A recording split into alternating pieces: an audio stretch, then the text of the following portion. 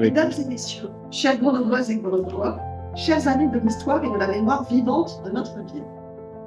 Le 14 juin 2024, sur le mur de l'ancienne hôtel de ville, une plaque a été inaugurée. Elle rendait hommage, pour la première fois dans l'espace public grenoblois, aux herbières et aux gantières, ces femmes du peuple qui furent pourtant au premier rang de la journée des Tuiles du 7 juin 1788. 2 ans ont passé. Nous sommes là à nouveau. Parce que la mémoire n'est pas un acte unique. Elle se cultive, elle se transmet. Et parce que les travaux d'historiennes et d'historiens continuent de nous éclairer et de nous révéler combien ce que nous croyions savoir était fragmentaire, masculinisé et par là même appauvri. Ce soir, je voudrais rendre hommage à ces femmes en leur redonnant leur épaisseur historique et politique. Qui étaient-elles, ces femmes que l'on appelait les herbières? Ce n'étaient pas des héroïnes de romans, mais des femmes ordinaires, au sens le plus beau du terme. Ces femmes dont l'existence se jouait chaque jour au plus près de la vie réelle, de ses contraintes, de ses injustices. Les herbières étaient des vendeuses de légumes et de plantes médicinales. Elles venaient pour la plupart du faubourg maraîcher des Granges, aujourd'hui situé entre Grenoble et Échirolles. Parfois paysannes, parfois colporteuses ou revendeuses, elles occupaient dans la société d'Ancien Régime une position économiquement précaire, souvent à la limite de la misère. Et pourtant, elles faisaient vivre des familles, leurs enfants, leurs vieux parents. Elles assuraient chaque jour de marché, et le 7 juin 1788 était précisément un samedi, un jour de marché, la subsistance du quartier. À côté d'elles, les gantières.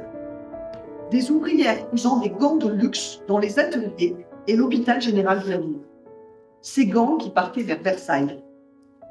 Les gantières travaillaient dans des conditions de surveillance étroites, quasi carcérales. Pourtant, elles n'étaient pas résignées. Une herbière, nous dit l'historien Jean-Loup Castler, est une gantière libre. Une gantière est une herbière enfermée par la misère dans la discipline hospitalière. Ce n'est pas seulement une formule, c'est une réalité sociale et économique qui dit tout de la condition féminine sous l'Ancien Régime. Ces femmes se sont soulevées le 7 juin 1788.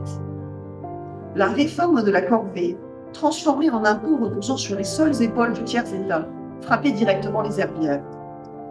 Dans le même temps, les terrains communaux des Granges étaient mis en adjudication, concédés à des financiers privés par l'administration royale des eaux et forêts. Une double spoliation comprenait d'un côté leur argent et de l'autre leurs terres.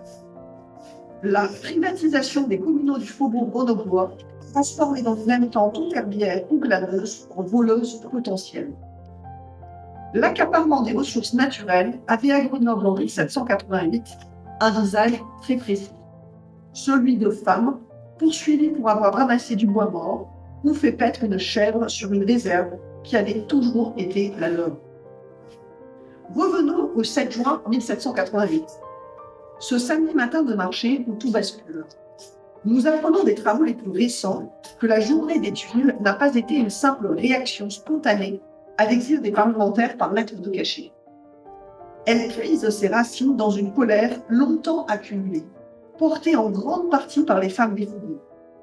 Les herbières ne défendaient pas le Parlement comme des sujets loyaux. Elles défendaient leur commun, leur droit à la subsistance, leur existence. C'est l'action de citoyennes en acte. Des citoyennes qui exercent une participation directe à la vie politique, bien avant que le mot de citoyenneté leur soit accordé, bien avant le droit de vote, qui ne viendra pour les femmes françaises qu'en 1944. Ce jour-là, elles n'ont pas attendu qu'on les représente. Elles se sont représentées elles-mêmes. Pourtant, cette histoire extraordinaire a été effacée, méthodiquement. Et cet effacement nous dit quelque chose d'essentiel sur la manière dont on fabrique l'histoire, c'est-à-dire aussi sur la manière dont on fabrique la politique. C'est donc à nous ici de continuer à faire vivre cette histoire. Je vous remercie. Bravo.